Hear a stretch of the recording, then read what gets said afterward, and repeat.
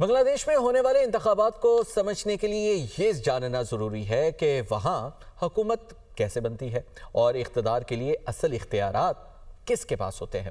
آئیے سادہ انداز میں بنگلہ دیش کا پارلیمانی نظام سمجھتے ہیں۔